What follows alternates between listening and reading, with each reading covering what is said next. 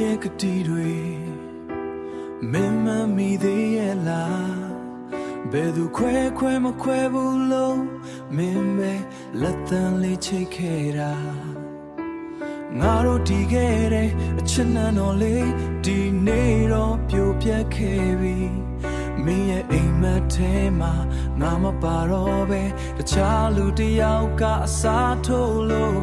မိဘစကားကိုမလုံးဆန်နိုင်တဲ့မင်းရဲ့မျက်ရည်တွေကိုကြည့်ရင်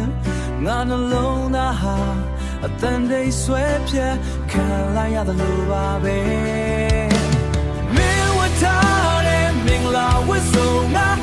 တွေ့တော့နာရဲဝတ်စုံပဲသူလည်းကိုမင်းတွေ့သွားချိန်မှာငါကဘာကြီးပြချသွားပြီမခွဲချင်ဆိုတဲ့သစ္စာတွေအခုတော့ဘယ်မှာလဲငါကိုတန်လုံးစားသေးစီမဲ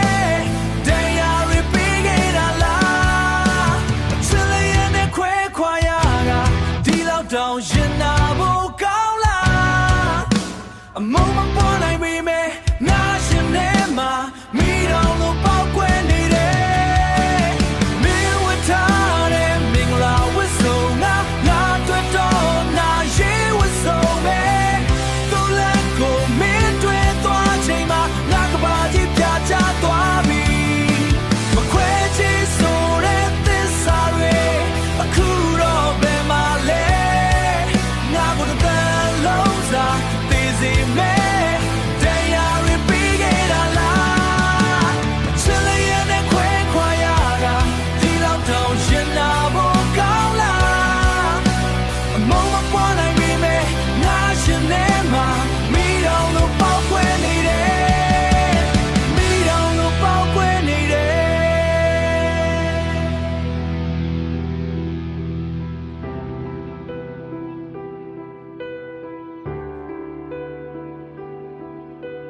ငါရင်ထဲမှာ